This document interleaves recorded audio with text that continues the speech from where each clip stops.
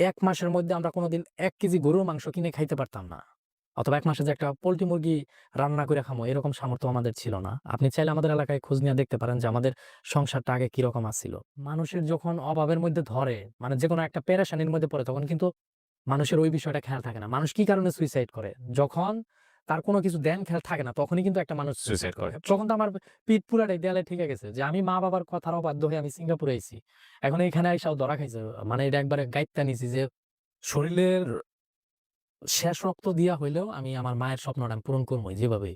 আমারে সবাই ওই কোম্পানির ক্যাম্পে ফরমেল লেবাররা যে জিন বইলা ডাকতো। আমি কিন্তু যা দেখেছি এগুলো সব বাস্তব। এগুলো হয়তো অনেকেই বলে যে তুই মানুষের sympathy নিয়ে খেলছস, মানুষের ইমোশন নিয়ে খেলছস। হ্যাঁ।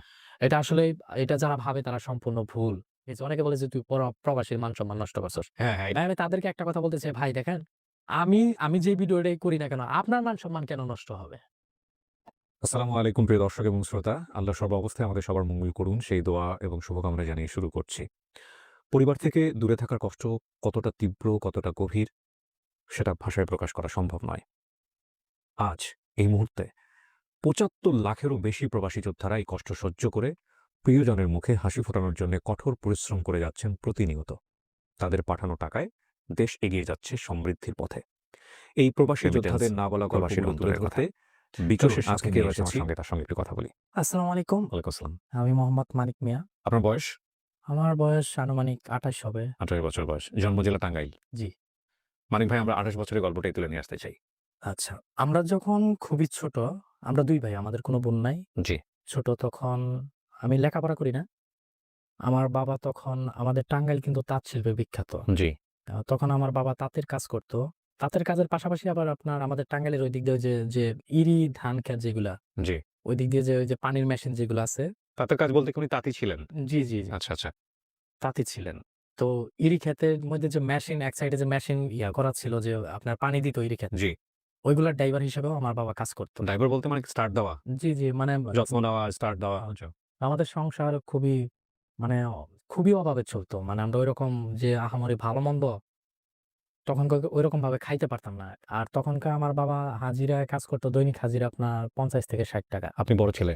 না, না, না, আমি ছোট। ছোট? আমার বড় ভাই আছে। আপনি যে গল্পগুলো বলতেছেন এগুলো কি আপনার ছোটবেলায় নিজের চোখে দেখা?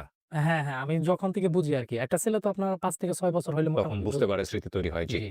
জি। তো আমাদের সংসার খুবই অভাবে চলত। আমরা চাইলেও ভালো-মন্দ ঐরকমভাবে কোনো কিছু খাইতে পারতাম না। আচ্ছা। কারণ ৳৫০-৬০ হাজিরা ঐরকমভাবে ৩ জন মানুষ যে তাদের যে ভরণ-পোষণ এটা তখনকার আমলে একটু কষ্টদায়কই। খুবই কষ্টদায়ক। জি। হ্যাঁ, এভাবে কষ্ট করতে আমার বাবা বলতেছে যে এইভাবে আর বাংলাদেশে টিকা যাবে না। এখন প্রবাসে পাড়ি দেওয়াটাই বেটার। তো এক পর্যায়ে আ আমার নানার বাড়ি থেকে ওয়ারিশের যে টাকাটা, যেটাকে ওয়ারিশের টাকা-পয়সা বলে।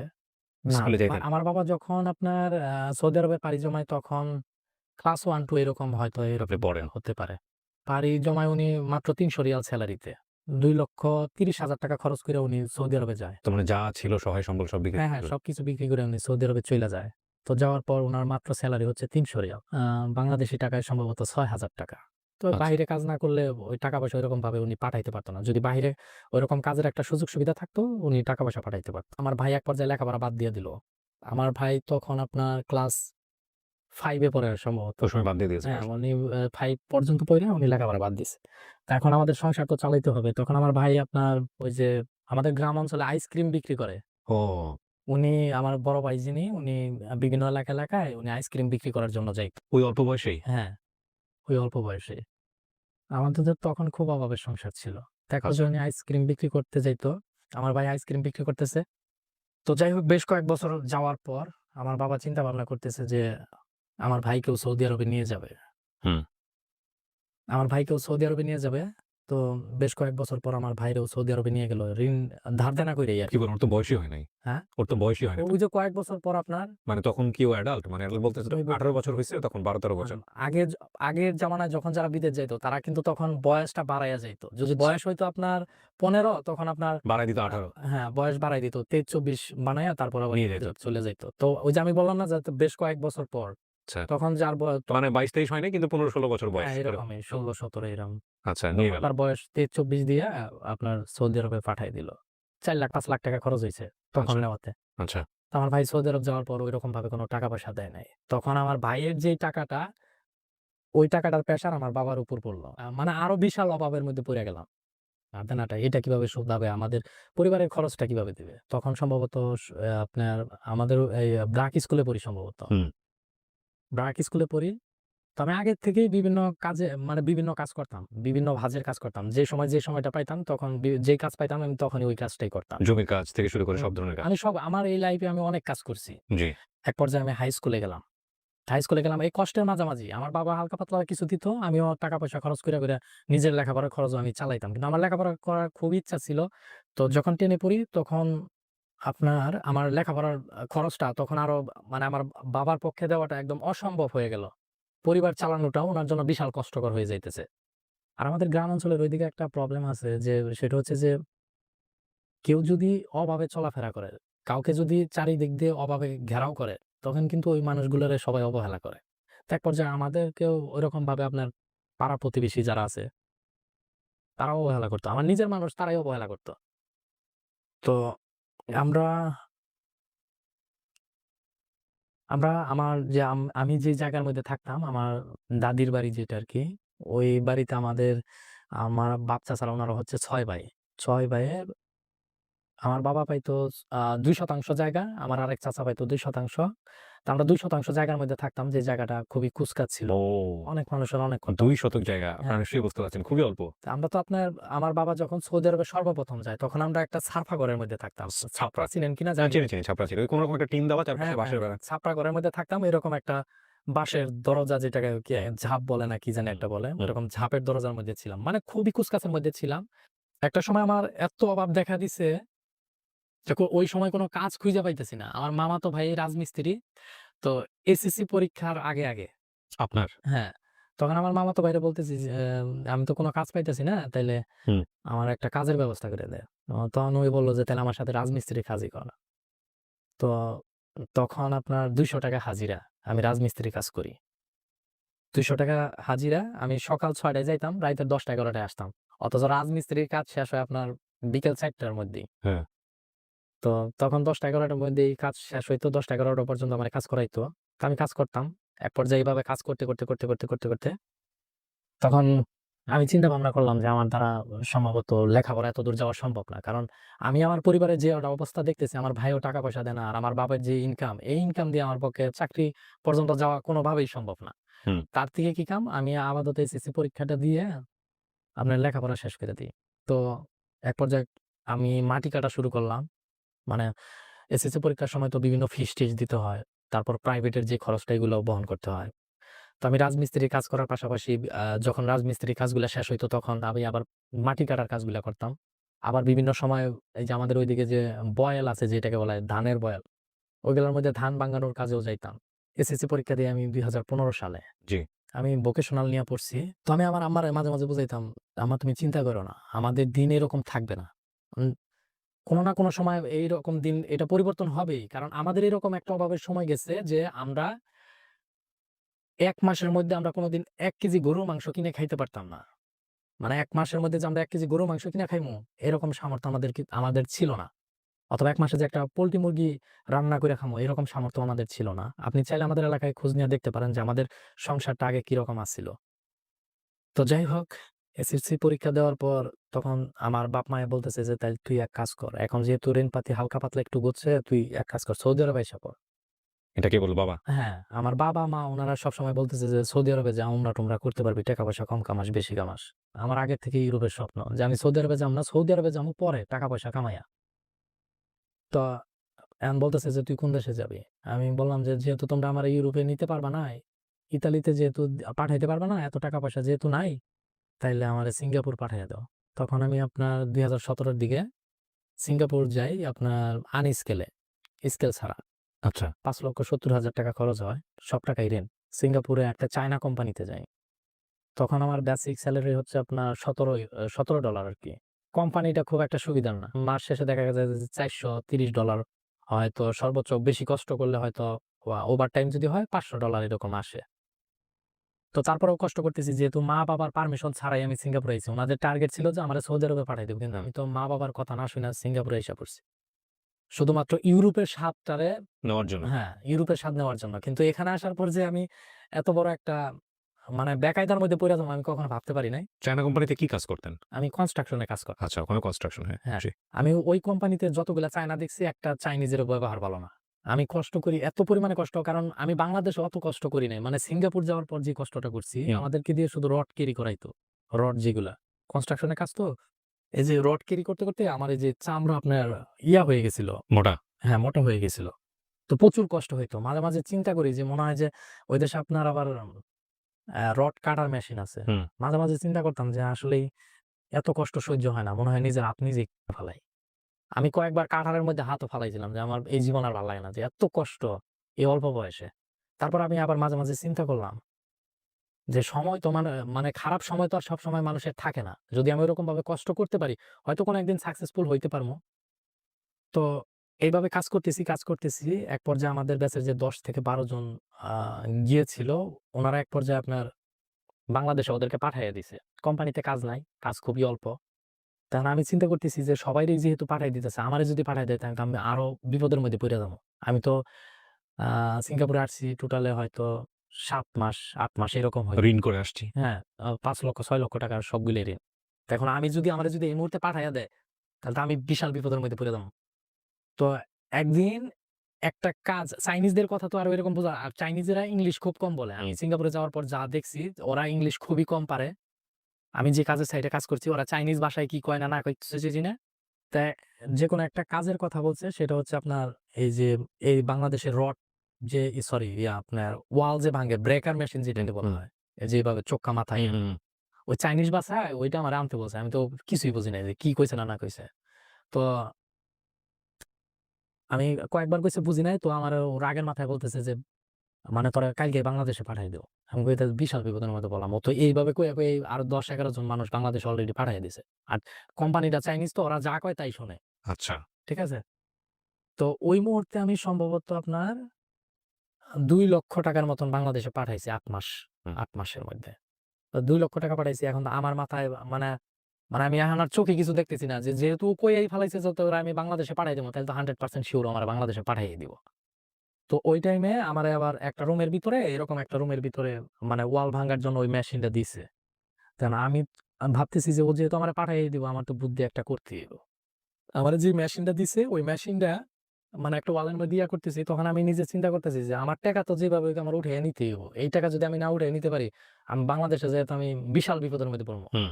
মানে আমি তো পুরাই ঋণ। তো আমি আবার কি করছি আমার এই যে হাতটা দেখতে পাইতেছেন এই ও! হাতের উপরে আপনার ওই যে ওটা কিন্তু ৫ থেকে ৬ কেজি ওজন হয়। হ্যাঁ, হাতের উপরে আমি ওই মেশিনটা ফালাইছি। মানে আপনি যেহেতু আমি বাংলাদেশে এমনেও যাবো কিছু টাকা নিয়েই যাবো। তো সিঙ্গাপুরে কিন্তু ইনজুরিতে পড়লে যেকোনো মানুষ একটা ইনজুরিতে পড়লে অনেক টাকা পয়সা পায়। তো আমি প্রথমত অবস্থায় হ্যান্ড গ্লোভস পরা অবস্থায় হাতের উপর ওই মেশিনটা একবার ফালাইছি। একবার ফালানোর পর আপনার এই আঙ্গুলটা ফুইলা গেছে গা। তো আবার ২য় বার যখন দিছি তখন মনে করেন যে এই আঙ্গুলের এই যে নখটা আছে না এই নখটা ছুইটা গেছে গা। ৩য় বার যখন দিছি তখন এই যে ফাটাটা দেখতে পাইতেছেন, এই যে ফাটা, এই ফাইটা গেছে। ৪র্থ বার আমি দিবার আর সাহস হয় নাই যে ৪ বারের মাথায় যে আমি ওই মেশিনটা আমার আঙ্গুলের উপর ফালামো, আমার পক্ষে আর সম্ভব হয় নাই। কারণ এত ব্যথা আমার পক্ষে সহ্য করা সম্ভব না। ৩ বার দেওয়ার পর আমি নিজেই চোখে কিছু দেখি না। তো এক পর্যায়ে ওই চাইনিজ ফোরম্যান আইছে। এখন আমি যদি আ ও আমারে বলতেছে যে, কেমনে এই বিষয়টা ইয়াটা হইলো? মানে তোর হাতের উপর এটা কেমনে পড়ে?" আমি পরে, পরে বলছি যে, "দেখ আমি এক হাত দা করতেছি, মেশিনটা দিয়া ওয়াল ভাঙতেছি। আ আর আরেক হাত সরি এক হাত দা ওয়াল ভাঙতেছি, হাতে ৩ ফসকা জিনিসটা এই আঙ্গুলের উপর পড়ছে। কয় কেমনে পড়লো? আমি পরে বলছি যে, "আমি নিচের থেকে ওই যে পাথরের যে খোয়াগুলা ওগুলা সরাইতেছি আর ওই মেশিনটা হাত ফসকা পইড়া গেছে।" পরে বলতেছে যে, "এক হাত দিয়ে কেমনে ওইটা তুই করতেছস, ওয়াল ভাঙতেছস? ওটা তো ২ হাত দিয়েও ধইরা রাখা যায় না।" আর আমিও বিপদের মধ্যে পইড়া গেছি যে, আসলেই তো এটা ২ হাত দিয়েও তো করা যায় না। পরে বলতেছে, "আয় তোরে অফিসে নিয়া যাও।" সিঙ্গাপুরে আপনার আবার কাজের সাইটে সেফটি ম্যানেজার আছে। ওরা যদি দেখে তাইলে ভালোভাবে নিরাপত্তা দেয়। এমনকি চিকিৎসার যে ব্যবস্থাটা ওইটা আরো গুরুত্বপূর্ণভাবে ওরা করায়। আর সেফটিটা যদি আমি যে প্রজেক্টে কাজ করি যেই কোম্পানির সাথে, ওই কোম্পানির যদি কোন একটা লেবার গুরুতরভাবে আহত হয় অথবা যেকোনো একটা সমস্যা হয় তাহলে কিন্তু ওই কোম্পানির জবাবদিহি কিন্তু ওই সেফটির কাছে দিতে হবে। হুম। এমনকি ওই কোম্পানি নেক্সট টাইম আর কোন প্রজেক্টের কাজ পাইব না। আচ্ছা। এখন ওরা ওই ফোরম্যানের চিন্তা করতেছে যে ওরে যদি সেফটি ম্যানেজারের সামন দিয়া নিয়া যায় তাহলে আমাগো কোম্পানির একটা বদনাম হয়ে যাইব। তো এইজন্যে ওই আমারে সেফটি ম্যানেজারের ফাঁক দিয়া নিয়া যাইতেছে। নিয়া যাইতেছে। আমি আবার চিন্তা করতেছি যে সেফটি ম্যানেজারের সামন দিয়ে যাবো। ও আমারে কোনভাবেই যাইতে দিতেছে না। পরে এক পর্যায়ে কোম্পানির অফিসে নিয়ে গেল। কোম্পানির অফিসে নেওয়ার পর এক পর্যায়ে আমারে মানে জেরা করতেছে যে, "এটা কেমনে সম্ভব? মানে তুই যে বলতেছস এক হাত দা তুই মেশিনটা ডিল করছস, আরেক হাতের উপর তোর এই জিনিসটা ফসকা পইড়া গেছে। এটা তো কোনোভাবেই একটা মানুষ সম্ভব না যে এক হাত দা করব।" পরে বলতেছে, "আমি এই জায়গায় মেশিন আইনা দিমু, তুই এই জায়গায় কইরা দেখাবি।" আমি কই, "আচ্ছা সমস্যা নাই। তুই মেশিন নিয়ে আয়, আমি কইরা দেখামু।" পরে পরে বলতেছে যে, "তোর এক কাজ করি, তোরে কোম্পানিতে রাখবো না।" তা আমি তো জানি যে কোম্পানিতে তোরা রাখবি না এটা আমি আগেই জানি। হুম, কোম্পানিতে রাখবি না দেখেই তো আমি এই কাজটা কইরা বইছি। কোম্পানিতে যদি কোনো সমস্যা হয়, কোনো লেবার যদি এমওয়ানে যায়া কেস করে, হুম। যাওয়ার পর যদি কেস করে ওইটা সরকারিভাবে ওই কোম্পানির উপরে একটা প্রেশার পড়ে। আচ্ছা। পরে আমি বলতেছি যে আমি এমওয়ানে গিয়ে তগর নামে কেস করব। এক পর্যায়ে বাঙালি ফোরম্যানের মাধ্যমে ম্যানেজ করতেছে, "তাইলে এক কাজ করো, তোমারে এত ডলার নিয়া দেই, তুমি যাওগা।" দেশে চলে যাও। হ্যাঁ। পরে এক পর্যায়ে তখন আমি তো জানি যে আমরা আগেই পাঠাইয়া দিব। পাঠাইয়া দেওয়ার কারণেই কিন্তু এই ঘটনাটা ঘটানো। তো এক পর্যায়ে আমি ওখান থেকে $১৫০০ পাই। মাত্র। মাত্র $১৫০০ $১৫০০ পাই। আ ওখানে সিঙ্গাপুরে কিন্তু আমি খাওয়া-দাওয়ায় অনেক কষ্ট করছি শুধুমাত্র টাকা সেভ করার জন্য। পরে $১৫০০ হাতের আঙুল বিসর্জন দিয়ে $১৫০০। আমি $১৫০০ নিয়ে কত সালের গল্প আনুমানিক? এটা ২০১৭ ১৭ এর গল্প। জি। ভেঙে আপনাকে দেশে পাঠিয়ে দিল। হ্যাঁ, পরে আমি বাংলাদেশে ব্যাক করি। এটা কিন্তু পুরাটাই সিক্রেট। আজকে যেই বিষয়টা সিঙ্গাপুরের যেই কেউই জানে সিক্রেট না। বিষয় অনেক সিক্রেট বিষয় আমার অনুষ্ঠানে আসলে বের হয়। সমস্যা নাই। এটা কিন্তু এই আজকে সর্বপ্রথম মানে ফাঁস করলাম। মিডিয়ার সামনে। আগে কিন্তু কখনো কেউ কখনো জানে না। মিডিয়ার সামনে ফাঁস করি নাই। না নিডটা দেখেন আপনারা। ও যে কাজটা করছে এটা, যে আমি যদি অল্প কিছু অর্থ দেশে নিয়ে যেতে পারি, আমাকে তো পাঠাই দিবে এবং সেটার জন্য সে তার আঙ্গুলটাকে ক্ষত করেছে। আমার কিন্তু কোম্পানি থেকে ট্রিটমেন্ট করাইছে। সিঙ্গাপুরের যে মাওয়াসাত হসপিটাল যেটা, ওই হসপিটালে আমারে ট্রিটমেন্ট করাইছে। এমনকি তান তক সিং হসপিটাল, সিঙ্গাপুরের ২ টা হসপিটালই বড়। মাওয়াসাত হসপিটাল আর হচ্ছে তান তক সিং হসপিটাল। যেটা তান তক সিং হসপিটাল ওটা হচ্ছে সরকারি। আর মাওয়াসাত হচ্ছে প্রাইভেট। তো ওই হসপিটালে ট্রিটমেন্ট করায় আমার এমন ওষুধ দেয় যে আগের দিন খাইলে পরের দিন মানে কাঁটাটা শুকিয়ে যায়। আমি আবার কি করতাম, হাত দিয়ে, দিয়ে ইয়ে করত। হ্যাঁ, ওই যে আপনার সুই দিয়ে না শুকায়। হ্যাঁ, সুই দিয়ে খোঁচায় মানে কাঁচা বানাইতাম। আর চুরি করে তেঁতুল খাইতাম। মানে যাতে না শুকায়। হ্যাঁ, যাতে না শুকায়। কিন্তু কিছু কখনো ভাবছেন যদি এরকম হয় যে হাড়টায় ইনফেকশন হয়ে গেল কোন কারণে? লাইক মাথায় আসে না শুধু টাকার কথাই। মানুষের যখন অভাবের মধ্যে ধরে, মানে যেকোনো একটা পেরেশানির মধ্যে পড়ে তখন কিন্তু মানুষের ওই বিষয়টা খেয়াল থাকে না। মানুষ কি কারণে সুইসাইড করে? যখন তার কোনো কিছু খেয়াল থাকে না তখনই কিন্তু একটা মানুষ সুইসাইড সুইসাইড করে। করে। তখন তো আমার পিঠ পুরাটাই দেয়ালে ঠেকে গেছে যে আমি মা-বাবার কথার অবাধ্য হয়ে আমি সিঙ্গাপুরে আইছি। এখন এখানে আইসাও ধরা খাইছি। এখন আমি যদি অল্প কিছু টাকাও যদি বাংলাদেশে নিয়া যাইতে পারি, তাহলে তো আমি বিশাল বিপদের মধ্যে পড়ে যাবো। তখন তো আমার ওই টাইমে ওই বিষয়ে আমার কোনো কাজই করে নাই। এখন না চিন্তা করি যে তখন যেই কাজটা ঘটাইছি, যেটা আমার জন্য যে কতটুকু বিপজ্জনক ছিল, হুম। এখন না বুঝতে পারি। তখন তো আর এগুলা মাথায় ছিল না। জি, তারপর? কাঁচা রাখার জন্যই আমি বারবার করতাম। তো এক পর্যায়ে দেখলাম যে না, আ শুধু মানে সুইটা খাওয়াইলেই তো আর হয় না। মানুষের সামনে কিছু ওষুধ দেখাইয়াও খাইতে হয়। না হইলে তো কোম্পানি খবর নিব যে ও কি ওষুধ ঠিকমতো খায় কি খায় না। মানে এক পর্যায়ে খোঁচায়, আরেক পর্যায়ে যে ফাঁকে অগর সামনে ২ ১ টা ওষুধ খাই। ওই ২ ১ টা ওষুধেই আপনার কাঁটা শুকিয়ে যায়। পরে কইলাম যে না, আমার পক্ষে আর সম্ভব হইতেছে না যে বারবার এই জিনিসটারে কাঁচা করা। তো এক পর্যায়ে ভাবলাম যে না থাক। মরছি আমনেও মরছি। বাংলাদেশে যাইগা। পরে $১৫০০ নিয়া বাংলাদেশে ব্যাক করি। নিজের টাকা সেভ রাখার জন্য আমি শুধু টমেটো ভর্তা কইরাও খাইছি। আর ডাউল রান্না কইরাও খাইছি। শুধু ডাউল। মানে শুধু ডাউল। মানে খরচ সেভ করার জন্য শুধু ডাউলও ৩ বেলা আমি রান্না কইরা খাইছি এই সিঙ্গাপুরে। আর টাকা সেভ করার জন্য আমি সিঙ্গাপুরে কোন জায়গায় বেড়ানোর জন্য যাইতাম না। এই হঠাৎ আমি মনে হয় ৮ থেকে ৯ মাসের ভিতরে সিঙ্গাপুর আপনার মেরিনাতে সম্ভবত একবার গেছিলাম। কারণ ওখানে গেলেই $৫০-৬০ খরচ হয়ে যায়। তো এইজন্য আমি ওখানে খুব একটা যাইতাম না। তো এক পর্যায়ে $১৫০০ নিয়ে বাংলাদেশে ব্যাক করি। ব্যাক করার পর তারপরেও বাপ-মাই বলতেছে যে, "তোর জন্য কি আমি গাড়ি পাঠাইয়া দিমু?" আমি তো জানি যে আসলেই আমি এত টাকা লস খাইতেছি, আমার জন্য গাড়ি পাঠাইতে হইব না। অনেক করছে যে, "তাই কি হইছে? ধরা খাইছস তো কি হইছে? তোর জন্য একটা গাড়ি পাঠাই দেই। প্রাইভেট মানে কার আরকি।" Private car. এয়ারপোর্ট থেকে নিয়ে যাবে। হ্যাঁ। আমি বলছি যে, "না আম্মা আমার জন্য পাঠাইতে হইব না। আমি এমনি বাসে যাইতে পারবো।" তো এক পর্যায়ে আমি বাসেই আমাদের টাঙ্গাইলে এসে নামি। টাঙ্গাইল থেকে আবার বাস দিয়ে আমাদের কালিয়াতি এসে নামি। কালিয়াতি নামার পর আপনার কালিহাতী থেকে আমাদের এলাকায় আসি ভ্যানে। তখন যে আমার এত খারাপ লাগতেছে যে আমাদের গ্রাম অঞ্চলের মানুষ সবাই গাড়ি মানে এলাকায় আইসা নামে। আমার মাই যদিও বলছে কিন্তু আমি তো বুঝতে পারতেছি যে আমি কতগুলা টাকা লস দিয়ে আইছি। এই মুহূর্তে ৪-৫ হাজার টাকা খরচ করে তো আমার জন্য গাড়ি পাঠানোটাও ঠিক না। তখন আমার আরো বেশি খারাপ লাগছে যে আমি যখন ভ্যান দিয়ে আমার এলাকার মধ্যে নামছি। তখন আসার পর কেমন জানি আরো অবহেলার ইয়ার মধ্যে পড়ে গেলাম যে চারিদিক থেকে অবহেলা। যে বন্ধু-বান্ধব কেমন জানি করে, নিজের আত্মীয়স্বজন কেমন জানি দাম পাই না। মানে তখন আরো বিশাল অভাবের মধ্যে পড়ে গেলাম। আমি আবার আমার বাপ-মার কাছে আমি মুখ ফুটাইয়া বলতে পারতেছি না যে আম্মা হুম, আমার আবারও বিদেশ পাঠাইয়া দাও। হুম। আমার মা এই সাহসটা আমার পাইতেছি না। এক পর্যায়ে আমার মা এবং বাবা বলতেছে যে ৩ মাস যখন আমি সিঙ্গাপুর থেকে ব্যাক করছি বাংলাদেশে ৩ মাস হইছে তখন বলতেছে যে, "আ বাবা তাইলে তো আমরা ধরা এমনেও খাইছি, অমনেও খাইছি। হুম। তুই আবার সৌদি আরবে জাগা। টাকা-পয়সা ধার দেনা কইরা পাঠাইয়া দেই।" তখন আমি সৌদি আরবে গেলাম। হুম। বলদিয়া কোম্পানিতে গেলাম। যেটাকে বলা হয় রুট ক্লিনার। এটা সৌদি আরবে? হ্যাঁ, সৌদি আরবে ৳৫,৭০,০০০ খরচ হয়। তখন ওকে। আ ২০১৭ র লাস্টের দিকে আরকি। হুম। সৌদি আরবে যাই। তখন আমি ঐরকম একটা জিদি আমি নিয়া গেছি যে আমি সাকসেসফুল না হইয়া আমি বাংলাদেশে ব্যাক করতেছি না। তখন আমি আবার আমি আমার আম্মারে বইলে গেছি যে, "আম্মা আমার সেলারি তখন ৳৭০০ মানে আমার বাপের কোম্পানিতেই।" আচ্ছা, আচ্ছা। হ্যাঁ, আমার বাপের কোম্পানিতেই। আমার বাপে তো গেছে অনেক আগে। তখন তাদের সেলারি কম ছিল। কিন্তু তারপরে সেলারি ৳৭০০ বানাইছে। আমারে বলতেছে, "আম্মা আমি সৌদি আরব যাওয়ার পর আমি ৳৫০,০০০ মাস কামাবো। যেভাবেই।" তো সৌদি আরবে গেলাম। আমার মায়ের স্বপ্ন ছিল একটা বাড়ি করা। তো আমি তো মনের ভিতরে মানে এটা একবারে গাইত্যা নিছি যে শরীলের শেষ রক্ত দিয়া হইলেও আমি আমার মায়ের স্বপ্নটা আমি পূরণ করবোই যেভাবেই। তো সৌদি আরবে গেলাম। ওখানে যাওয়ার পর দেখি যে অনেক পুরানো লোক আছে যে নতুন লোকে আপনার টিটকারি দিয়া কথা বলে যে, "এতগুলা টাকা খরচ কইরাইছো, কিভাবে টাকা পয়সা কামাবা? জীবনেও পারবা না।" এই সেই হ্যান-ত্যান বক্কর-চক্কর। তো আমি বলতাম পুরান লোকেরা বলতাম যে, "ভাই আমরা তো নতুন আইছি আমি। এনে তো টাকা কামানোর কোনো সোর্স পাইতেছি না ভাই। আমার একটু শিখাই দেন না। কেমনে কি টাকা কামাইতে হয়?" বিদেশে কিছু ভাই ব্রাদার আছে এরা মানে সহজেই কইব না। আপনার টাকা কামানোর সোর্সটা দেখাই দিব না। হুম। কিছু লোক আছে। তো আমারে কেউ শিখায় না যে কেমনে টাকা কামাইতে হয়। তো আমাদের ডিউটি হচ্ছে টোটালি ৮ ঘন্টা কোম্পানির ডিউটি। আমি বলতেছি যে টাকা তো আমার কামাইতেই হইব যেভাবেই। কেউ কস বা না কস আমি যেভাবে আমি বাই করবই। ক্লিনার যেটা বলা হয় যে রাস্তা পরিষ্কারের যে কাজটা বিভিন্ন পেপার পরিষ্কার বিভিন্ন পেপার সরকার থেকেই করে এটা? হ্যাঁ, হ্যাঁ, এটা সরকারিভাবেই করায়। মানে ময়লা আবর্জনা যেটা ওইটা পরিষ্কার করা। ওই কাজে গেছিলাম। তখন আ আমাদের ডিউটি শুরু হয় সকাল ৬ঃ০০ থেকে নিয়ে বিকাল ৪ঃ০০ পর্যন্ত। তো সকাল ৬ঃ০০ যাইতাম, বিকাল ৪ঃ০০ যাইতাম। নতুন ১-২ মাস কিছুই বুঝি না। কেউ কয়ও না, কিছু বুঝিও না। পরে চিন্তা ভাবনা করলাম যে ৪ঃ০০ বাজে ডিউটি শেষ হইলেও আমি রুমে যাবো না। আমি বাইরে কাজ করবো। সাইকেল নিয়ে ঘুরমু।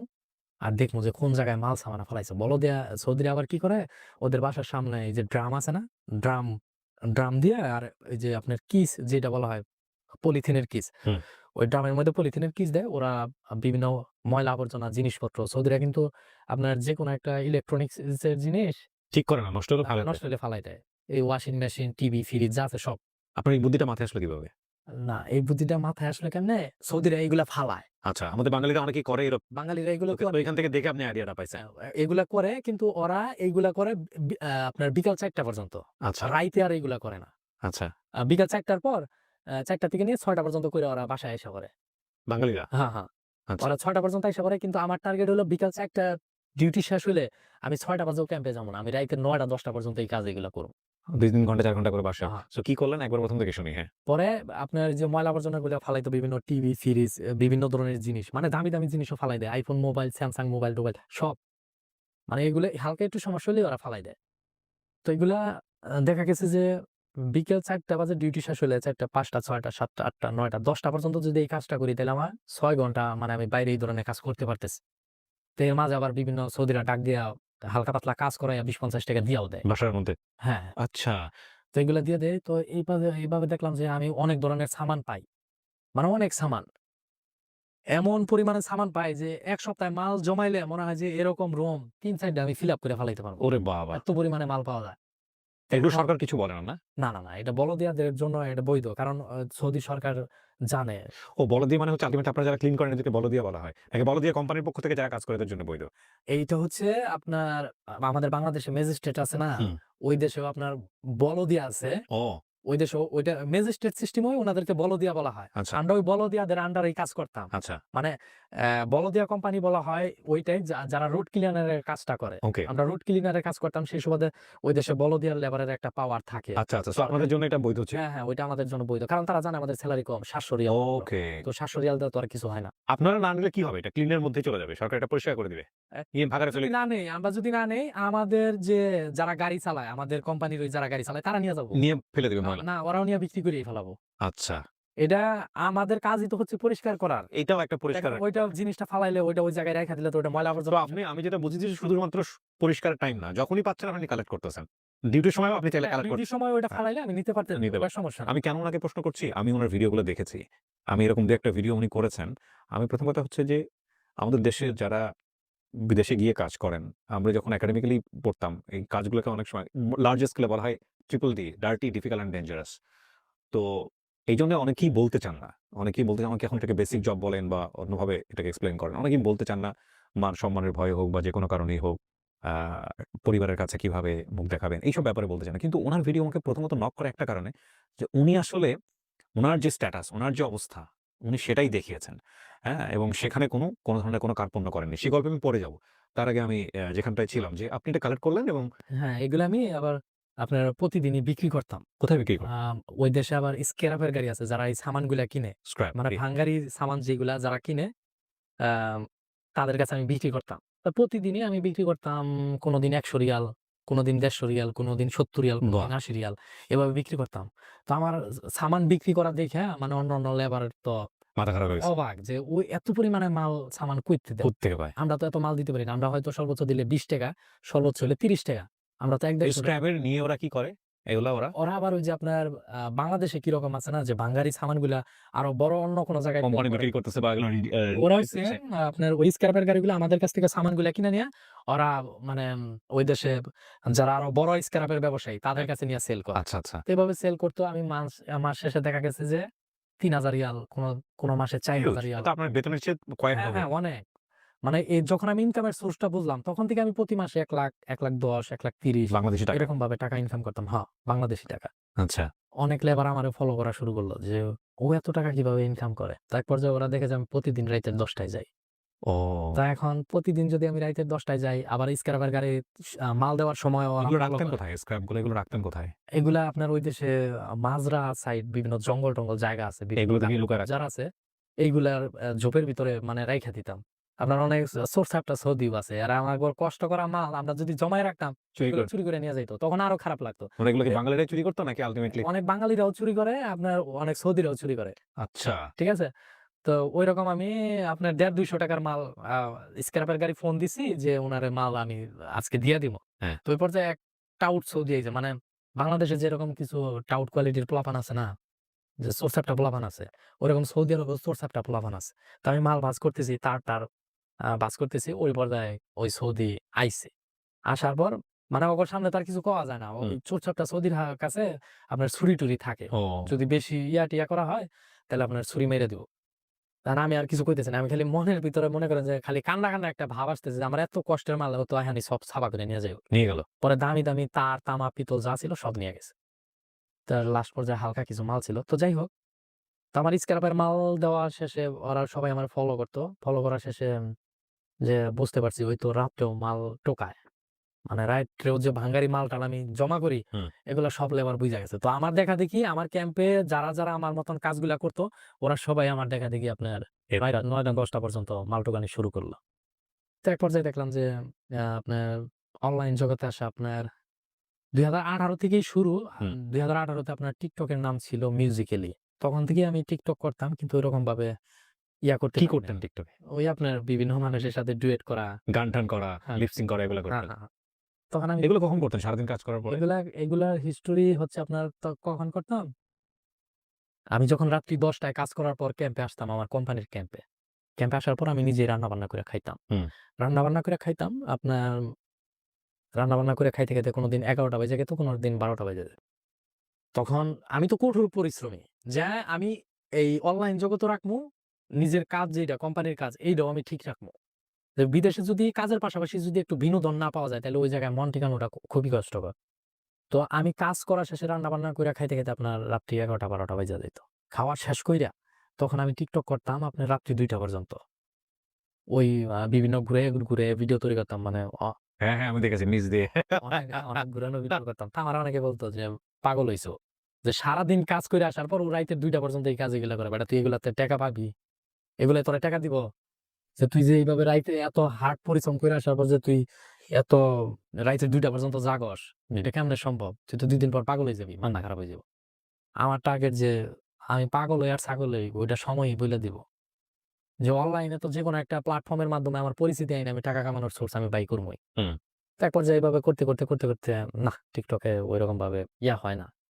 তো এক পর্যায়ে TikTok পয়সা দেয় না। না। পরে আপনার TikTok এ এখন কি পয়সা দেয়?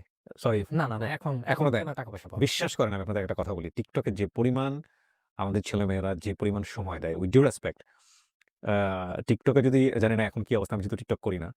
এই পরিমাণ এনার্জি বা এই পরিমাণ আ সময় যদি তারা YouTube এ বা Facebook এর মাধ্যমে দিত, তাহলে অনেকেই বড়লোক হয়ে যেত। অনেকে TikTok আমাদের বর্তমান বাংলাদেশে তো সবাই TikTok নিয়ে ঝুইকা পইরা রইছে। TikTok নিয়ে যদি তারা আমরা যদি জানেন না শুধু। TikTok বাদ রাইখা তারা যদি YouTube, Facebook এ যোগে তাদের লাইফ সেট। দেশেরও লাভ এতে। দেশেরও লাইফ সেটেল হয়ে যেত ট্রু। তো এটা হয়তো অনেকেই বুঝে না। এটা অনেকেই বুঝেই না। এবং TikTok এর মনিটাইজেশন করা উচিত। আমি জানি না উনারা হয়তো তো কিছু যাই করা হোক উচিত। একটা যে আপনার TikTok করতে এক পর্যায়ে আপনার আ মোটামুটি একটা ভিডিও ভাইরাল হয়ে যায়। মানে আমি তখন সৌদি সার্ভারে ভিডিও তৈরি করি। মানে আচ্ছা। সার্ভার ২ টা, একটা বাংলাদেশের সার্ভার, আরেকটা হচ্ছে সৌদি সার্ভার। তখন সৌদি সার্ভারে মানে একটা ভিডিও আপলোড দিয়া কাজের সাইটে গেছিগা। কি ভিডিও করতেন? ওই আপনার বিভিন্ন গানের গানের সাথে, সাথে হচ্ছে হলো লিপ সিং করতেন। হ্যাঁ, হ্যাঁ, হ্যাঁ। ওগুলাই করতো ওই সময়। হ্যাঁ। হ্যাঁ। একটা ভিডিও করে গেছি তখন কাজের সাইটে কিছু অনেক বন্ধু-বান্ধব বলতেছে, "কিরে তুই কি TikTok ভিডিও বানাইলি? তোর ভিডিওর সাথে না সবাই ডুয়েট করতেছে।" ও আচ্ছা। আমি কই, "কি ভিডিও বানাইলাম?" পরে হাইসা কেমনে জানি একটা ভিডিও দিছিলাম। ওই সালমান সালমান খানের 'আফগান জালেবি' তো অনেকেই ডুয়েট করছে। ভিডিওটা ভাইরাল হওয়ার পর আমার আরো নেশা জাগলো যে ভালো কিছু তো একটা করতেই হবে। তার পাশাপাশি কিন্তু আমি কষ্টের কাজও করি। হুম। মানে সৌদি আরবের দাম্মামে যারা থাকে তারা কিন্তু বলতে পারবে যে সৌদি আরব দাম্মামের আবহাওয়াটা কতটুক খারাপ। যারা সৌদি আরবে থাকবে তারা বলতে পারবে রতুবা কি জিনিস। কোন রোদ থাকবে না, শরীর অটোমেটিক ঘামবো। হুম। মানে আপনি বাইরে টিকতে পারবেন না। আপনি বাইরে যে স্বাভাবিকভাবে দাঁড়াইয়া থাকবেন, আপনার শরীর গাইমা মানে প্যান্ট শার্ট সব ভিজা যাবো। আপনার শরীর দুর্বল হয়ে যাইব। এত বাজে ওয়েদার? এত বাজে ওয়েদার। এত ধুলাবালি গেছে, আপনার এই ধুলাবালির মধ্যে আপনার ওই দেশে টেইলার আছে। আপনার আমি যেই জায়গায় কাজ করতাম ওইটা হচ্ছে আপনার সৌদি আরবের আল কাতিফ। আল কাতিফে থাকতাম। কাতিফের ভিতরেই থাকতাম। কিন্তু আমাদের এরিয়াটা ছিল জারুদিয়া। হুম। আর আমি যেই এরিয়াটার মধ্যে কাজ করতাম, মানে যেমন ধরেন আমার একটা সাইড দেওয়া থাকে যে ওই সাইডটা পুরাটা, ওই এলাকা পুরাটা মহল্লা আমার পরিষ্কার রাখতে হবে। কোন হুম। ময়লা-টয়লা থাকা যাবে না। কোন পেপার থাকতে পারব না। তো ওই সাইডেই আপনার আ আমি ডিউটি করতাম। পেপার-টেপার পরিষ্কার করতাম। আমার কাজই ছিল মানে সকাল ৬টা থেকে নিয়ে বিকেল ৪টা পর্যন্ত পেপার পরিষ্কার করা। তারপরের সেফটি হচ্ছে বুরুশ মারা। আপনার ওই যে ঝাড়ুর মতনই রাস্তা বুরুশ মাইরা মানে বালুগুলা এক সাইড করা। বাতাস দিয়ে? হ্যাঁ, বাতাস দিয়ে না ওই আপনার বুরুশ আছে ওই দেশে বুরুশ। তো ওইগুলা করতাম। তো আমার ওই সাইটেই আমার এরিয়ার সাথে এই আশকারি ক্যাম্প আছে যেটা হয় সেনাবাহিনীর ক্যাম্প। ওই বিশাল বড় মানে গর্ত ছিল সেনাবাহিনীর ক্যাম্পের ওনে। আপনার ওই ক্যাম্পের ওনে মানে বড় টেইলার আছে না বাংলাদেশে? হুম। ঐরকম সৌদি আরবেও বড় টেইলার আছে। মানে বিভিন্ন বিল্ডিং এর ভাঙ্গা কাঁচরা-মাচরা হুম। ওই টেইলারে করে নিয়া ওই আশকারির অনেক গর্তটা ভরতেছে। ওই সৌদি আরবের বিল্ডিং ভাঙ্গার মধ্যে আপনার বিভিন্ন লোহা-টোহা থাকে। বিভিন্ন লোহা, পিতল, তার, তামা, বক্কর-চক্কর অনেক কিছু থাকে। হুম। তে এইগুলা ফালাইতো টেইলারে। আমরা আবার কি করতাম ১৫-২০ জন লেবার। সবাই ওই টেইলার ফালানোর সাথেই কে কার মতন মানে লোহা টাইনা আইসা এক সাইড করব। মানে এটা ধুলাই মাটি অন্ধকার। মানে যে ওনার যার টেলার কোনো খবর নাই। যেমনে পারো এটা টোকাও। হ্যাঁ, যে যেভাবে পারে। মানে একটা টেইলার যদি ঢালে, একটা টেইলারের পিছনে যদি ১৫-১৬ জন লোক থাকে, তাইলে মানে একটা কারাকারি বাইজা যায় না? যে হুম। কার আগে কে কতগুলা মাল নিবো?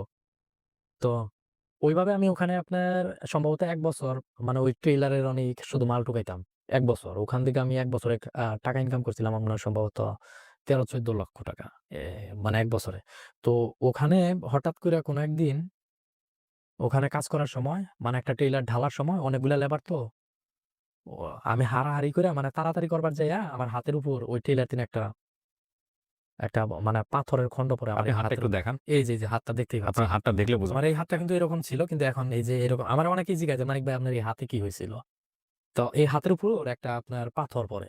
মানে পাথর পইড়া এই যে আঙ্গুলটা, এই যে আঙ্গুলের মাথাটা এটা টোটালি ভাইঙ্গা মানে যেরকম মানে এইটুকুনের মধ্যে কোনো ইয়া ছিল না, বশ ছিল না।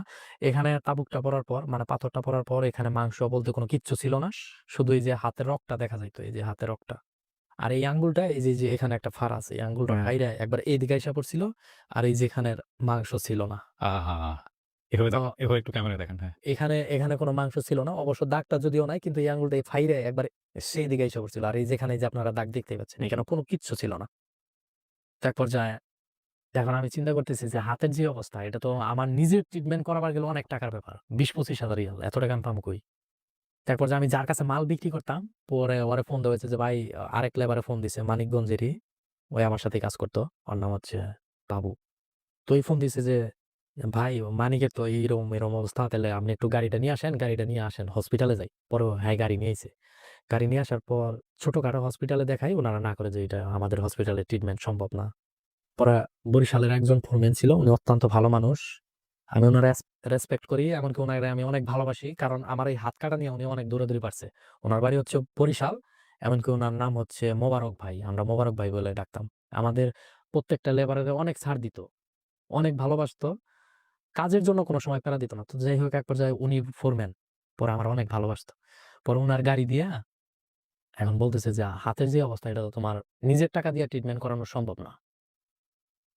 পরে উনি বলল যে, পরে আমারে আমাদের কোম্পানির যে হেড অফিস দাম্মামে ওখানে নিয়ে গেল যে, "ওখান থেকে তোমার একটা পেপার বাই কইরা কোম্পানি থেকে পারমিশন নিয়ে আইসা যে, তুমি কোম্পানির কাজ করার সময় তোমার এই হাতটা ইয়া হয়ে গেছে। যাতে তোমার কোম্পানি থেকে একটা পেপার দেয়, ওই পেপার দিয়া জানি আমি তোমারে চিকিৎসা করাইতে পারি।" পরে উনি কোম্পানি থেকে একটা গুছি পেপার নিয়ে আসলো। গুছি পেপার নিয়ে আসার পর আ পরে আমরা বড় একটা হসপিটালে গেলাম। হসপিটালের নামটা আমার মনে আসতেছে না। কিন্তু সৌদি আরবের ভিতরে সবচেয়ে বড় হসপিটাল হুম। যেটা আরকি। পরে ওই হসপিটালে নিয়ে গেল। আমি তো প্রচুর ব্যথা করতেছে হাতের মধ্যে, সহ্য করতে পারতেছি না। তো অনেকে আমাদের ক্যাম্পে অনেকে বলতেছে যে, "মানিকের হাত কাইটা হালাইতে হইব, ওর হাত ওইটা থাকবো না।" এই সেই হেন-তেন বক্কর-চক্কর।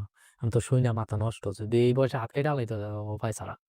পরে লন্ডনের একটা ডক্টর উনি বলতেছে যে, "তুই কোন চিন্তা করিস না। তোর হাত সব ঠিক থাকবে। তোর আঙ্গুলও কাটবো না।" মানে এখানে একটা পিন ঢুকাই দিছিল। এই যে আঙ্গুল এখানে ভাইঙ্গা গেছিল। হুম। পরে পিন ঢুকাই দিছিল যাতে আঙ্গুলটা ঠিক থাকে। পরে এইজন্যই আমি কিন্তু বলেছিলাম যে 3D বলা হতো এই কাজগুলোকে। কি পরিমাণ ডেঞ্জারাস আপনারা চিন্তা করে দেখেন, কি পরিমাণ difficult. Definitely it's dirty work. কারণ ধুলা, বালি, ময়লা যেখানে স্ক্র্যাপ কিছু অর্থ আছে সেটার জন্যে জীবন বাজি রেখে টানাটানি। এইজন্যে যারা রেমিট্যান্স পাঠায় দেশে, এদেরকে কোন চোখে দেখা উচিত বাংলাদেশে একটু চিন্তা করা উচিত আমাদের। সবকিছুতে বাংলাদেশের নাগরিক সমস্ত সুযোগ সুবিধাতে এদেরকে প্রায়োরিটি দেওয়া উচিত। আমি যেকোনো কিছুতে। আমি তো এত ধুলাবালির মধ্যে কাজ করছি যে দেখা গেছে যে দুপুরে যদি আম দেখা গেছে আমি দুপুরে তো আর ক্যাম্পে যাই নাই। আমি দুপুরে যে সময়টুকুন পাইতাম ওই সময়টুকুন কাজ করতাম। কাজ করে আবার যেকোনো একটা গাছতলার মধ্যে শুয়ে থাকতাম। যেকোনো একটা ছায়া জায়গার মধ্যে শুয়ে থাকতাম। দামামে আবার এমন হইছে কি যে দামামে প্রচুর ধুলাবালি উড়ে। দেখা গেছে দুপুরে যদি আমি শুয়ে থাকতাম, এত পরিমাণে ধুলা আসতো, মানে ধুলায় পুরা শরীর মানে ছায়া যাইত। মানে চেহারাটা চিনা যাইত না। হুম। মানে আমার মাথার মধ্যে সৌদি আরবের সবসময় কাজের সাইডে আমি একটা গেঞ্জি বাইন্ধা রাখতাম। কারণ আমার চুল এমনিতেই পাতলা। যদি গেঞ্জি বাইন্ধা না রাখি তাহলে ওই বালি যেয়ে আরো চুল যাইবগা। তো আবার যখন দুপুরে ঘুমাইতাম তখন ওই আপনার মুখ ঢেকে রাখতেন। মুখের মধ্যে গেঞ্জি রাইখা তারপরে ঘুমাইতাম। মানে পরে দেখলাম যে যখন ফোরম্যানেরা অন্যান্য লেবার আবার নিয়ে আইসা কাজের জন্য পাঠাইতো, তখন দেখতাম যে পুরা শরীরে ধুলাবালি মানে অস্থির অবস্থা। তো যাই হোক আমি প্রচুর ধুলাবালির মধ্যেও কাজ করছি। অনেক ধুলাবালি। ওইটা আমার কোম্পানিতে যারা আছে তারা বলতে পারবে যে আমি যে আজকে এই জায়গায় হিস্টোরিটা বলতেছি, তারা এই হিস্টোরিটা দেখলে অবশ্যই বলবে যে আমি কি পরিশ্রম করছি। শুধুমাত্র আমার ওই কোম্পানির ক্যাম্পে বলতে পারবে। এমনকি আমার কোম্পানির ক্যাম্পে যে সমস্ত লেবার আছে তারা সবাই বলতে পারবে যে আমি মানিক, আমি ওই কোম্পানিতে কি পরিশ্রম করছি। আমার ওই কোম্পানিতে যদি কোন নতুন লেবারও যায়, তাদেরকে বলে যে, "মানিক ভাই কিভাবে এত টাকা কামাইলো? কিভাবে কি করলো?" ওনারা এখনো বলে যে, "মানিক ভাইয়ের মতন পরিশ্রম করতে গেলে তোমার এই পৃথিবীতে ২ বার করে জন্ম নেয়া হওয়া লাগবে। তাও তুমি মানিক ভাইয়ের মতন পারবা না।" আমারে সবাই ওই কোম্পানির ক্যাম্পে ফোরম্যান লেবাররা যে জিন বইলা ডাকতো। যে একটা জিনের পক্ষেও সম্ভব না যে সকাল ৬ টায় ডিউটিতে আইসা রাইতের ১০ টায় বাজে যাইয়া, তারপর আবার রাইতের ১১টা-১২টা পর্যন্ত রান্না-বান্না কইরা খাইয়া ২ টা তারপর আবার পর্যন্ত টিকটক করে। ২ টা পর্যন্ত টিকটক করা, বিভিন্ন ভিডিওর মানে প্ল্যানিং করা, এটা কারো পক্ষে সম্ভব না। আমি তো ডিউটিতে যাই অনেক সময় ঝিমাইছি। ঘুমের জন্য আমি কান্না করছি। যে, "আল্লাহ তুমি আমার কি জীবন দিলা?" মানে টাকা কামাইতাম ঠিক আছে। কিন্তু ঘুম হচ্ছে এমন একটা জিনিস, একটা মানুষের যদি ঘুম ঠিকমতো না হয়, তাহলে কিন্তু তার মানে মেজাজ একটা চকচকা মেজাজ একটা ভাব খারাপ লাগে। থাকে, শরীর খারাপ থাকে, সবকিছুতেই ডিস্টার্ব। তো তো যাই হোক আমার কোম্পানির কাছ থেকে পেপার নিয়ে যাওয়ার পরে যে এখানে চিকিৎসা করলো, দেখা গেছে আমার এক হাত দিয়ে সবকিছু করতে হইতো। প্রবাস হইলো এমন একটা জিনিস আল্লাহর কাছে সবসময় কই, "আল্লাহ যে প্রবাসে কাউরে তুমি অসুস্থতা দিও না।" তো আমার এই হাতটা যাওয়ার পর আমার অনেক কষ্ট হইছে, অনেক। রান্না-বান্না করা, খাওয়া তখন ওই ১ মাস যদিও আমি মেসে খাইছি, কিন্তু এক হাত দিয়ে তো আর সবকিছু করা যায় না। অনেক কষ্ট হয়। পর এক পর্যায়ে আমার এই হাতটা সুস্থ হয়ে যায়। তো আমি যেই জায়গায় ইনজুরিতে গেছিলাম, আমার এই হাতটা ওইটা আশকারি ক্যাম্পের ওখানে, ওটা তো সরকারি একটা প্রজেক্ট। ওখানে যেহেতু আমি ইনজুরিতে গেছি, আমাদের বলদিয়া লেবার যারা আছে তাদেরকে নিষেধ করে দিছে ওই দেশের আশকারি যে, "তোদের লেবার এখানে আসার পর একটা অ্যাক্সিডেন্ট হইছে। তোদেরকে এখানে কাজ করবার মানে দিব না।" মানে আশকারি যেখানে গর্তের ময়লা আবর্জনা ফালাইতেছে ওই জায়গায় আমরা সব লেবারেরাই মানে রড যেগুলা ওইগুলা নেওয়ার জন্য বিভিন্ন আসবাবপত্র নেওয়ার জন্য সবাই কাড়াকাড়ি করতাম। তো এক পর্যায়ে আশকারি উনাদেরকে নিষেধ করে দিছে, "তোরা এখানে আর কাজ করতে পারবি না।" পরে ১ মাস পর আমি সুস্থ হইলাম। পরে আমি মনে, মনে চিন্তা করলাম, আমারে তখন অনেকেই কয় যে, "তোর লিগা আমাগো এতগুলা মানুষের হক নষ্ট হইলো। আমরা আর কাজে যাইতে পারি না। আমাগরে অনেক কাজ করতে দেয় না। ওই জায়গায় মাল টোকানোর জন্য দেয় না।" তো এক পর্যায়ে আপনার পুরোটা সুস্থ হয়ে যাওয়ার পর মানে এখানে যে একটা পিন ছিল, এই আঙ্গুলটা সিধা রাখার জন্য। এখন এই পিনটা বাইর করার সময় এখন কোম্পানি বলতেছে যে, "তোর আর ট্রিটমেন্ট আমরা করাইতে পারব না।" কারণ তোর হুম। ট্রিটমেন্ট করাইতে অলরেডি ১৬-১৭,০০০ রিয়াল আমাদের চইলা গেছে। এখন যেইটুকুন আছে ওটা নিজের টাকায় তুই করগা, ঠিক করগা। তো এখানে একটা পিন আছে। এখন এই পিনটা বাইর করার জন্য আমি সেম ওই হসপিটালে আরেকদিন গেছি ফোরম্যানের সাথেই। ওই ফোরম্যানই নিয়ে গেছে আমারে, বরিশালের ফোরম্যান। তো এখন এক্স-রে করতেছে, এক্স-রে করার পর বলতেছে পিনটা বাইর করতে হবে। পিনটা বাইর করতে কত টাকা খরচ হইব? পরে বলতেছে ৪,০০০ রিয়াল। আর আমি চিন্তা করতেছি যে শুধু একটা পিন বাই করব তাই ৪,০০০ রিয়াল। আমি বলতেছি যে ৪,০০০ রিয়াল এনে দিমু না, ৪,০০০ রিয়াল আমি প্রয়োজনে বাংলাদেশে পাঠাই দিমু। তাও আমি এই জায়গাতে পিন বাই করব না। পরে একদিন কাজের সাইডে গেছি। কাজের সাইডে যাওয়ার পর পরে দেখি পিনের মাথা মানে চামড়ার উপর দিয়া হইয়া রইছে। পরে আমি কি করছি, আপনার ওই দেশে আপনার যে বাকালা বলে যেটাকে বলা হয় দোকান। তো বাকালার থেকে আমি একটা কেসি নিছি, একটা ব্লেড নিছি, আর একটা খেজুর গাছের কাটা নিছি যে আজকে এই পিনটা আমি নিজেই বাই করব। পরে হালকা করে আপনার মানে কেসি দিয়ে চামড়াটা একটু হালকা করে কাটছি, ব্লেড দিয়ে একটু নাড়াচাড়া দিছি। পরে খেজুরের কাঁটা দিয়া হালকা একটু নাড়াচাড়া দিয়া পরে টান্দা বাইগিরা লাইছি। পরে গেছি এইজন্যই কি আমার ৪,০০০ রিয়াল দিতে হইব? এখানে কিন্তু আবার আঙ্গুলের ভিতরে সিলাই ছিল। মানে ওই পিনটা কিন্তু আটকাই দিছে সেলাইয়ের মাধ্যমে আঙ্গুলের ভিতরে হাড়ের সাথে। তো আমি ওই আপনার হালকা একটু বাইর কইরা পরে পিনটা টান্দা বাইগিরা লাইছি। পরে গেলাম যাক আমার ৪,০০০ রিয়াল সেভ হইল। তারপর হাতে কোনো প্রবলেম হয় নাই? না হাতে আল্লাহর রহমতে কোনো প্রবলেম হয় নাই। কারণ ভিতরে যদি আপনার প্রবলেম তো হতে পারত। মূল কথা হচ্ছে যে সে রিস্কটা নিয়েছে। এই ৳৪,০০০ ৳৪,০০০ রিয়াল দেশে পাঠাবে, তবুও হাতের এই জায়গাটায় সে খরচ করবে না। অসংখ্য প্রবাসীদের জীবনের গল্প এগুলা। অসংখ্য প্রবাসীদের। আমরা চেষ্টা করছি বিকাশের সহায়তায় অনুষ্ঠানটি নির্মাণ করার জন্যে প্রবাসীর অন্তরের কথা। এবং আমরা চেষ্টা করছি বাংলাদেশের আনাচে-কানাচে সহ এই মানুষদের গল্পগুলো পৌঁছে দেয়া যে কি পরিমাণ স্যাক্রিফাইস এর বিনিময়ে আমাদের রেমিটেন্স খাতে প্রতি বছর, প্রতি মাসে শত কোটি টাকা রেমিটেন্স জমা হয় এবং বাংলাদেশের অর্থনৈতিক মেরুদণ্ডের মূল সোপানই হচ্ছে এই রেমিটেন্স। আ এখানে একজন মানিকের গল্প উঠে আসছে। একজন মানিক মতান্তরে হাজার লক্ষ মানিকের গল্প। আরো অনেক গল্পই আসবে ভবিষ্যতে। জি। তো যাই হোক পিনটা বাইর করার পর পরে আমার অনেকেই বলছিল তোর জন্য আমার ওখানে তোর জন্য আমাদের কাজের সমস্যা হইলো। এখন আর আমাদেরকে যাইতে দে না। পরে আমি চিন্তা করলাম যেহেতু আমার জন্য সমস্যা হইছে তাহলে আমি কাজটা আবার নিজেই যাইয়া শুরু করব। পরে আমি একদিন আপনার ওই প্রজেক্টে গেলাম। পরে ওই প্রজেক্টে যারা কাজ করতো তারা বলতো, "কিরে তুই সুস্থ হইছস?" কই, "হ সুস্থ হইছি।" পরে আমি আবার ওই জায়গায় যেয়ে মাল টুকানো শুরু করলাম। পরে আমার দেখা দেখি আবার সব লেবার যেয়ে মাল টুকানি শুরু করল। পরে এইভাবে কাজ করতেছি। কাজ করতে আপনার ২০২১ সালের দিকে মোটামুটি অনলাইনে একটা ভালো একটা পরিস্থিতি আইসা পড়ল। মানে তখনও কিন্তু আমি TikTok ছাড়ি নাই। তো এক পর্যায়ে ২০২১ সালে আইসা Facebook পেজ খুললাম। হুম। পরে তা আর্নিং শুরু ২০২১ সাল থেকে। হ্যাঁ, তো তারপরে আপনি এসছেন টিকটক থেকে আপনি আসলেন ফেসবুকে। হ্যাঁ, হ্যাঁ। পরে আমার বন্ধু বলতেছে যে, বন্ধু তোর তো দেখলাম। তোর তো বাংলাদেশ TikTok এ দিয়ে পুরা ভাইরাল। হুম, তোর ভিডিও না দুর্দান্ত চলতেছে। তাহলে হুম। তুই এক কাজ কর। YouTube এ ভিডিও শুরু কর।" আমি কই, "ধুর বেটা YouTube এ ভিডিও আমার এগুলা দেখবো মানুষ।" কয়, "তুই যা পারস, চাল-চলন যা আছে সবকিছুই তুই তুইলা ধর। এইগুলাই মানুষ দেখবো।" আমি কই, "না এগুলা দেখবো না।" কয়, "আরে বেটা তুই কর। যা দেয়ার হেডা আমি দেখবো।" আচ্ছা। পরে তখন আমার YouTube চ্যানেলে সাবস্ক্রাইবার ৭,০০০। কি করতেন? এই যে এগুলোই ভিডিও করতেন? হ্যাঁ, এগুলাই। মানে যে গান-টান TikTok এর ভিডিও নিয়ে ছাইড়া দিতাম। লিপসিং টিপসিং এগুলো করেন? এগুলাই নিয়ে ছাইড়া তখন দিতাম। পর্যন্ত আপনার রিয়াল লাইফ নিয়ে আপনি দেখান নাই। বোধহয় আপনি যে পাথর টানতেছেন এগুলো না, করতেছেন, তখন তখন এগুলো দেখান নাই। আপনার একটা ভিডিও ছিল এরকম যে আপনি কোন একটা ডোবা থেকে ২ টা মাছ মারছেন। আমি যদি ভুল না বলে থাকি। মাছ মেরে নিয়ে আপনি বলতেছেন যে আজকে এটা ভাজি করে খাবো বা এরকম কোন কিছু। হ্যাঁ, আমার কাছে এটা দেখে মনে হচ্ছে যে এটা কি শুধুমাত্র উনি মানুষের সিম্প্যাথি পাওয়ার জন্য এটা করতেছে? আসলেই কি বিদেশের জীবন এরকম? এই প্রশ্নগুলো আমার ছিল। তো এখন আমি রাইট নাও আপনার গল্প শুনে আমার কাছে যেটা মনে হচ্ছে okay fine. This is the Real life. তো হয়েছে কি আপনার যে বিষয়টা বললেন, হ্যাঁ। সৌদি আরবে কিন্তু লালের মতন একটা সিস্টেম আছে। আচ্ছা। লালার মতন। ওই লালার মধ্যে আপনার তেলাপিয়ার মতন, তেলাপিয়াই ধরা চলে আরকি। তেলাপিয়ার মতন বিভিন্ন ধরনের মাছ যাওয়া আসা করে। ওই দিক থেকে কিন্তু সৌদিরা পর্যন্ত মাছ মাইরা খায়। অনেক বাঙালিরাও খায়। আচ্ছা। তো কাজেই আমি ওখান থেকে একটা মাছ মানে উঠাইছিলাম। মাছ উঠাই বলতেছি যে মাছটা যদিও মরা ছিল, হ্যাঁ। ওইটা আপনার Facebook পেজে ছাড়া হয়েছিল তখন 20 মিলিয়ন না 21 মিলিয়ন ওই সময় ফেসবুকের ভিডিওর রিচ অনেক ভালো ছিল। এখন এইরকম চিন্তা করাই যায় না। যাই হোক, হ্যাঁ, তো আপনার কি হলো মানে আপনি যেটা বলতেছিলেন যে YouTube এ তখন ৭,০০০ সাবস্ক্রাইবার। হ্যাঁ, তখন YouTube এ ৭,০০০ সাবস্ক্রাইবার তখন বলতেছে, "তুই চলাফেরা বিভিন্ন কিছু তুইলা ধর। এগুলাই মানুষ দেখবো। জি। তোর লাইফে যেটা ঘটতেছে সৌদি আরবে তুই এগুলাই তুইলা ধর। সৌদি আরবে বিভিন্ন জায়গায় যাইতেছস অথবা কাজের সাইডে তুই কি করতাছস এগুলাই তুইলা ধর। এগুলাই মানুষ দেখবো।" পরে আমি তাই শুরু করলাম যে না, মানুষ তো তাই দেখে। মানে আমার লাইফস্টাইল আমি কিন্তু যা দেখেছি এগুলো সব বাস্তব। এগুলো হয়তো অনেকেই বলে যে তুই মানুষের sympathy নিয়ে খেলছস, মানুষের ইমোশন নিয়ে খেলছস। হ্যাঁ।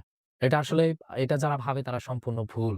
হয়তো আপনার শুতে আজকে এই বিষয়টা ক্লিয়ার করতেছি যে আসলে এগুলো আমার ভুল ছিল না। আমার সৌদি আরব লাইফে এত খারাপ সময়ও গেছে। হুম। মানে কাজের সাইডে এত মানে আমি যেই কাজগুলা দেখেছি এগুলো 100% সত্য। এটা আমার কোম্পানিতে যারা থাকে, আমার ফোরম্যান যারা আছে তারা বলতে পারবে যে আমি বাস্তবে যেগুলো তুলে ধরছি এগুলো সব কি, বাস্তব। কি করতেন আপনি কনটেন্ট? আমি আপনার ওই দেখা গেছে যে যেকোনো একটা কাজ করতেছি, কোন কিছু একটা পাইতেছি, ওই যে বলদের কাজ হ্যাঁ, করতেছি। হ্যাঁ, ওই যে যে রড যেকোনো ফড এগুলো টিভি ফ্রিজ পাইলে একটা ফ্রিজ পাইলাম ওইটাই মানুষের তুইলা দেখাইলাম যে আজকে একটা ফ্রিজ পাইলাম। এটা বিক্রি করব। হ্যাঁ, এটা বিক্রি করবো। অথবা আজকে মানে একটা মাজরার মধ্যে গেলাম। মাজরা মানে ওই যে আপনার যেগুলো আপনার পুরাতন হয়ে গেছে সৌদিরা ভাইঙ্গা চুইরা থুইয়া গেছে গা। ওই জায়গায় দেখা গেছে যে বিভিন্ন পিলার মিলার আপনার ভিডিওতে যেটা দেখা যায়, হ্যাঁ, হ্যাঁ। মজার বিষয় হচ্ছে যে আপনি যেগুলো স্ক্র্যাপ গুলো যখন কালেক্ট করছেন, আশেপাশে কোনো লোকজন নাই, বিরান মরুভূমি। আসলে কি এরকম ফাঁকা? হ্যাঁ, এরকম ফাঁকা, ফাঁকা জায়গা আছে, অনেক আছে। আচ্ছা। অনেক ফাঁকা আছে। আপনার আমাদের দামামের এই দিক দিয়ে মরুভূমিটা খুবই কম। হ্যাঁ। কিন্তু আমার দেখা গেছে যে এরকম একটা এরিয়ার মধ্যে আছি যে মোটামুটি আমি ভালোই দূরের মধ্যে কাজ করতেছি। আচ্ছা। যে আহামরি দূর তা না। কিন্তু আপনার হয়তো মোটামুটি কোনো ভালোই একটা আরকি। পরিত্যক্ত বাড়ি। হ্যাঁ, হ্যাঁ, হ্যাঁ, হ্যাঁ। দেখা গেল বাড়িতে লোকজন থাকে না। এরকম অনেক জায়গায় আমি দেখেছি। যাই হোক, দেখাতেন এগুলো ভিডিওতে। হ্যাঁ, এগুলা ভিডিওতে দেখাইতাম। আমার লাইফে যেগুলা ঘটছে আমি এগুলাই তুলে ধরছি। হয়তো এগুলা নিয়ে অনেকেই অনেক ট্রল ট্রল করছে করছে, যে, হ্যাঁ। "তুই মানুষের ইমোশন নিয়ে খেলছস।" আসলেই ভাই আমি মানুষের ইমোশন নিয়ে খেলি নাই। এটা আমার লাইফে এটা ঘইটা গেছে। যেই ইয়াটা ঘইটা গেছে আমি এটাই দেখেছি। অনেকে বলে যে, "তুই প্রবাসীর মান-সম্মান নষ্ট করছস।" হ্যাঁ, হ্যাঁ, ভাই এটাই আমি বলে। তাদেরকে একটা কথা বলতে চাই, ভাই দেখেন, প্রবাস হলো এমন একটা জিনিস যে প্রবাসে অনেকে পায়ের উপর পা তুইলা খায়, অনেকে গাধার মতন খাইটাও জীবনে কোনো কিছু করতে পারে না। তখন আপনি আপনার পায়ের উপর পা তুইলা খাইতেছেন। আমি যেই ভিডিওটাই করি না কেন, আপনার মান-সম্মান কেন নষ্ট হবে? আমি কিভাবে আপনার মান-সম্মান নষ্ট করব? হুম। আপনি রাজার হালেই চলতেছেন।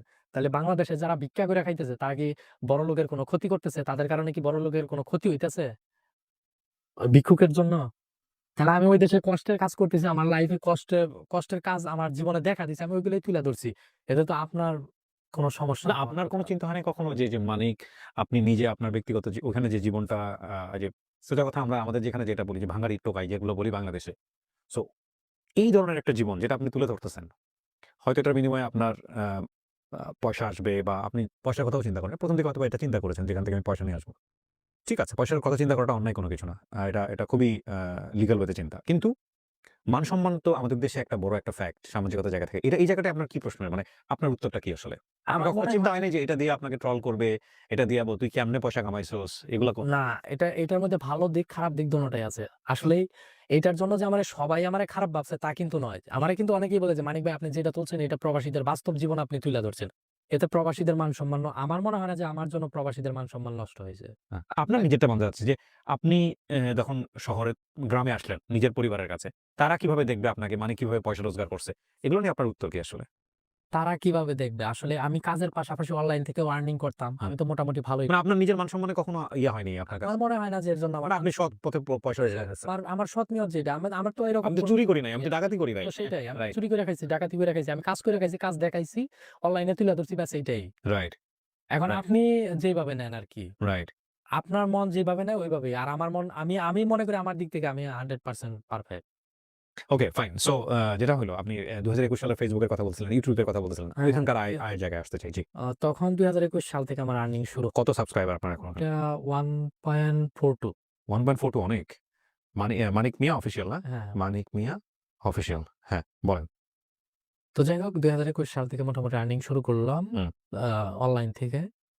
তখন আমার বন্ধু আমার মানে পেজ, YouTube সবকিছু দেখশন করা শুরু করলো। তখন বলল যে, "আমার তো একার পক্ষে সম্ভব না। হুম, তাহলে আমার একটা ছোট ভাই আছে, তাইলে ওরেও আমাদের সাথে নেই।" ওর নাম হচ্ছে আলামিন রাজু। হুম। ওর বাসাও আমাদের বাড়ির পাশাপাশি। এই সৌদি আরব থেকে যে যত টাকা ইনকাম করি, দেখা গেছে যে অনলাইন থেকেও তো তার থেকে কোনো অংশে কম আসে না। হুম। মোটামুটি আমি সৌদি আরব থাকার পর ঘরবাড়ি কিন্তু সবকিছু সেটেল কইরা ফেলাইছি। এই বাড়িতে ঘরবাড়ি হয়ে গেছে। হ্যাঁ, হ্যাঁ। আচ্ছা। তো আমি তখন ভাবলাম যে আমি যেহেতু আমার মায়ের স্বপ্ন পূরণ করতে পারছি, টাকা-পয়সা মোটামুটি কামাইয়া ঘরবাড়ি সবকিছু কমপ্লিট করছি, তাইলে একটা ছুটিতে যাই। কতটুকু জায়গার উপরে ঘর করলেন? 18% ২ শতক থেকে ১৮%। হ্যাঁ, এটা কি বিল্ডিং করলেন আপনারা? বিল্ডিং দিতে চাই আপনার বাড়িটাও দেখিয়েছে মানে সামাজিক যোগাযোগ মাধ্যমে যে বিল্ডিং দিতে চাইছিলাম কিন্তু আমার বাপ-মা বলে যে, "না, বিল্ডিং এ থাকার দরকার নাই। আমরা টিনের ঘরই দিমু।" আমার বাড়ি দেখছেন কিনা জানি না। দেখেছি আমি। তো ঐরকম ভাবে আমার বাপ এই একটা সিস্টেম করলো যে, সুন্দর, এইভাবে ইয়া সুন্দর। করি। টিনের ঘর থাকলেও দেখতে সুন্দর দেখা যাইব। ও তো তখন ফার্স্ট টাইম তখন আমি একবারই আসার নিয়ত। আ যে একবারই যামগা। যেহেতু ইনকাম সোর্স এখন সৌদি আরবে কইমা গেছে। না আসাটাই তখন ভালো। কি আপনি Facebook, YouTube থেকে ইনকাম করতেছেন? হ্যাঁ, কত করে ইনকাম করছেন প্রতি মাসে আনুমানিক? এই ধরেন ২, ২-২.৫ লাখ ২ থেকে ত তখন হচ্ছে আপনার ২ থেকে ৩ এর ভিতরে। প্রতি মাসে। হ্যাঁ, আর এখন এই রেশিও যদি বলি? এখনকার বিষয়টা হয়তো সিক্রেটই রাখি। তখন ২ থেকে ৩ আসলেও আমি কিন্তু তখনও এতটা পাকাপোক্ত না। হুম। মানে টাকা কিভাবে কনটেন্ট এই টাকাগুলো কি আপনার অ্যাকাউন্টেই আসতো নাকি অন্য কারো এটা কাছে? আমার বন্ধুর অ্যাকাউন্টে আসতো। ওরা টাকা উঠাইয়া আমার বাড়িতে দিয়ে আসতো। আচ্ছা। তো এখনো আলহামদুলিল্লাহ ভালোই। কিন্তু এখনকার বিষয়টা একটু সিক্রেট। ওকে থাকুক, সিক্রেটই থাকুক। হ্যাঁ। তো আপনি চিন্তা করলেন ২০২৩ এ একবারে পাকাপোক্তভাবে দেশে চলে আসবো। দেশে ছিলাম কিন্তু আপনার পরে ভাবলাম যে না ছুটিতে যাই। আমার মা বলতেছে যে একবার আসার দরকার নাই। তখন আমার ঘরবাড়ি সব কমপ্লিট। তাই আমি বলতেছে যে ঘরবাড়ি যেহেতু করছস তাহলে ছুটিতে আয়। পরে ছুটিতে গেলাম। পরে যাই হোক ১ম পর্যায়ে আসলাম তখন একটা তুলপাড় তৈরি হইলো। তোলপাড় বলতে? একটা ট্রেন্ডিং মানে বিদেশ থাকা অবস্থায় ভিডিও তৈরি করছি। সবাই একটা দেখার আগ্রহ যে ও আপনার বাড়িতে হ্যাঁ, প্রতিদিনই লোকজন যাইতো আপনাকে দেখতে। এত পরিমাণে লোক যাইতো আমার মানে মনে করেন যে যে কয় মাস ছিলাম আমার চোখের ঘুম হারাম হয়ে গেছিল। বাহ! আর যে আমি পালাইয়া টাঙ্গাইল আপনার বাসার মধ্যে থাকতাম। মানে তারা এটা বোঝার চেষ্টা করত না যে একটা মানুষ এত বছর পর বাংলাদেশে আসছে। একটু ঘুম-টুম দরকার, হ্যাঁ, রেস্ট দরকার। ঘুমের দরকার আছে। কিন্তু তারা এটা কোন সময় বোঝার চেষ্টা করত না। তারপর আমার ঘুম মানে হারাম হয়ে গেছিল। মানে আমি পাগল পাড়ার মতন হয়ে গেছিলাম যে না এভাবে তো আর টিকা যাইব না। আমি তো বুঝি যে মানুষ ভালোবাসার জন্যই আসে। হ্যাঁ। কিন্তু আমি তো আর পারতেছি না। মানে আমার ঘুমের অভাবে আমি ঠিক থাকতে পারতেছি না। পরে এক পর্যায়ে আমি টাঙ্গাইল চইলা যাই। টাঙ্গাইল ওখানে এই যে আমার ছোট ভাইয়ের বাসায় ওখানে থাকলাম। আমি যেখানে বিয়ে করছি ওদের বাসা হচ্ছে ময়মনসিংহ। হুম। পরে ওখানে যে গেলাম ওর বাপের সাথে দেখা করলাম। পরে বলল যে আমরা বিষয়টা বললাম যে, "আমি তো আপনার মেয়ের সাথে এরকম একটা সম্পর্ক, আপনার মেয়ের আমি বিয়ে করতে চাই।" হুম। পরে বলল যে, "আচ্ছা সমস্যা নাই। তুমি এক কাজ করো। তুমি এখন আপাতত তোমাদের বাসায় যাও। আমরা একদিন আসবো তোমাদের বাসায়।" পরে বললাম যে, "আপনার মেয়েকেও সাথে নিয়ে আসবেন।" পরে ওরাও সাথে নিয়ে আসছে। নিয়ে আসার পর এই ১ম দেখলো ও বাড়ি। এর আগে দেখে নাই। না। পরে এক পর্যায়ে নিয়ে আসছে। নিয়ে আসার পর আলাপ আলোচনা হওয়ার পর আমার স্বপ্ন আবার ছিল যে আমি কিন্তু মোটামুটি সাকসেসফুল আলহামদুলিল্লাহ। মানে অনলাইন থেকে ইনকাম আসার পাশাপাশি সৌদি আরব থেকে টাকা কামানোর পাশাপাশি মোটামুটি আলহামদুলিল্লাহ চলে ভালোই। তো আমারও আবার স্বপ্ন যে বিয়া যেহেতু করবো তাইলে হেলিকপ্টার দিয়েই করবো। আমার বাপেরও স্বপ্ন যে যেহেতু পোলায় বিয়া করবো তাইলে হেলিকপ্টার দিয়ে বিয়া করাই। পরে যাই হোক হেলিকপ্টার ভাড়া করলাম। অনেক দৌড়াদৌড়ির পর অনেক কিছু ম্যানেজ-ট্যানেজ করতে হয়। গ্রাম পর্যায়ে নিতে গেলে বিয়ে-শাদির বিষয় নিতে বিয়ে-শাদির সময় হেলিকপ্টার নিতে গেলে মাঠ পারমিশন, হুম। ডিসি অফিস থেকে পারমিশন এগুলো দৌড়াদৌড়ি করার পর এক পর্যায়ে পরে আপনার হেলিকপ্টার ভাড়া করলাম। হেলিকপ্টার ভাড়া করার পর হেলিকপ্টার দিয়ে বউ উঠাইলাম। এটাও ভাইরাল। হ্যাঁ, যে আ মা-বাবা সবাই খুশি। তো এখন সংসার করতেছেন। এখন সংসার করতে বিয়ে কতদিন হলো আপনার? বিয়ে আপনার ২০২৩ এর আগস্টে করছি সম্ভবত। আচ্ছা। এত তাড়াতাড়ি ডেট ভুলে গেলে তো সমস্যা। বাড়িতে গিয়ে প্রবলেম হবে। ১০ই আগস্ট ১০ই আগস্ট করছি। ১০ই আগস্ট। আমার মা-বাবার দোয়ার কারণে এমনকি আমি পরিশ্রম করছি বলে হয়তো এতদূর আসতে পারছি। কারণ আমি যে ঘরবাড়ি করা, তারপরে যে অনলাইন প্ল্যাটফর্মে একটা পরিচিতি লাভ করা, এগুলো তো সবকিছু আমার চিন্তা ভাবনার বাহিরে ছিল। কারণ আমি আগে এমন একটা মানুষ ছিলাম যে মেয়েদের সামনে যাইতেও আমার মানে আমাদের মেয়েদের সামনেও যাইতে আমার শরম করত। ১০ জন মানুষের সামনে কথা বলতে পারতাম না। আমার মা-বাবা সবসময় আমারে নিয়ে খুশি। তাদের স্বপ্ন ছিল একটা বাড়িঘর।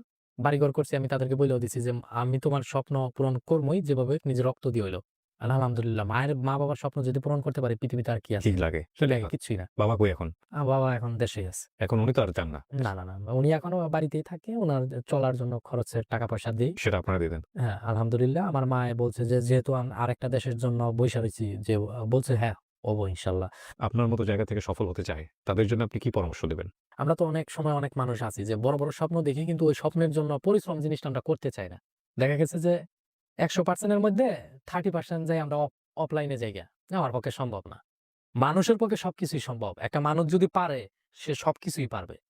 আমি বললাম না যে আমরা তো এমনও দিন গেছে যে আমরা ১ বেলা খাইলে ২ বেলা খাইবারই পারি না। আমার অতীত কখনো আমি লুকাই না। আমি মৃত্যুর আগ পর্যন্ত কখনো লুকামও না। আল্লাহ তাআলা যদি আমারে কোটিপতিও বানায়, শিল্পপতিও বানায়, আমি কখনো আমার এই অতীত আমি বলতে পারব না। তো কাজেই একটা মানুষ যদি আপনার টার্গেট নেয় যে একটা স্বপ্ন দেখে যে আমার এই স্বপ্নটা আমার পূরণ করতেই হবে। যে আমার জীবনে কোটিপতি হতেই হবে। তো সে যদি ওই লাইনে যদি হাঁটা শুরু করে, সেখান থেকে যেখানে ১০০% চাইছে ওখানে সে ১০০% না পায়, সে তো 50% পাবে। তো জীবনে যেকোনো কিছু একটা সাকসেসফুল করতে গেলে কারো কথায় কান দেওয়া যাবে না। যে যাই বলুক ওইগুলা বাদ দিয়ে নিজের পথ নিজেরই হাইটা দেখতে হইব। আর নিজের লাইনে নিজেরই চলতে হইব। কঠোর পরিশ্রম করতে হইব। ব্যাস এইটাই। ট্রু, পরিশ্রমী হতে হবে। ট্রু। অসম্ভব সুন্দর একটা এপিসোড প্রিয় দর্শক এবং শ্রোতা।